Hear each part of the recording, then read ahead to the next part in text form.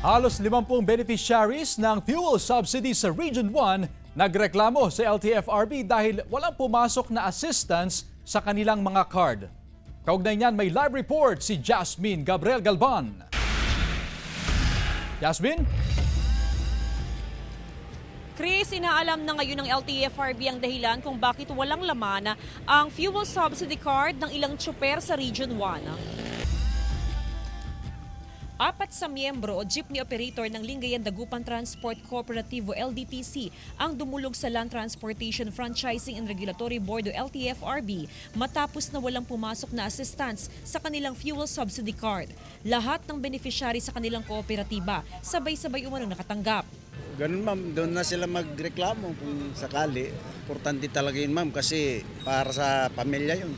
Mahalaga para sa bawat miyembro ng transport group na makatanggap ng assistance mula sa gobyerno. Malaking tulong ito, lalo pat patuloy ang paggalaw sa produktong petrolyo. Tuwang-tuwa kami ma'am pagka mayroon na yun kasi dagdag nakakatulong sa kwan yun.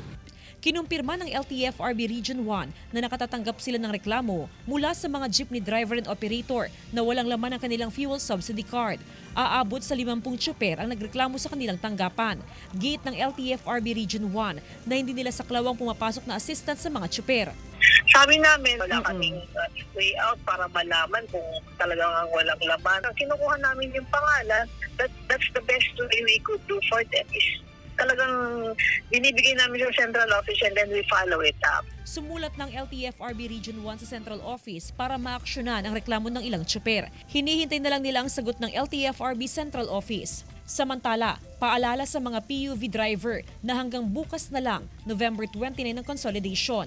Magtatapos na bukas ang 45-day extension period na ibinigay ng LTFRB para sa consolidation sa ilalim ng Public Transport Modernization Program. Sa tala ng ahensya nitong October, nasa 10,000 mga operator at driver ang inaasahang hahabol sa consolidation sa bansa. Nangako naman ng LTFRB na bibigyan ng one-time fuel subsidy ang mga magpapakonsolidate na PUV. Chris, nakikipag-ugnayan na ngayon ng LTFRB sa financial institution na in charge sa distribution ng fuel subsidy ng mga tsuper. Chris?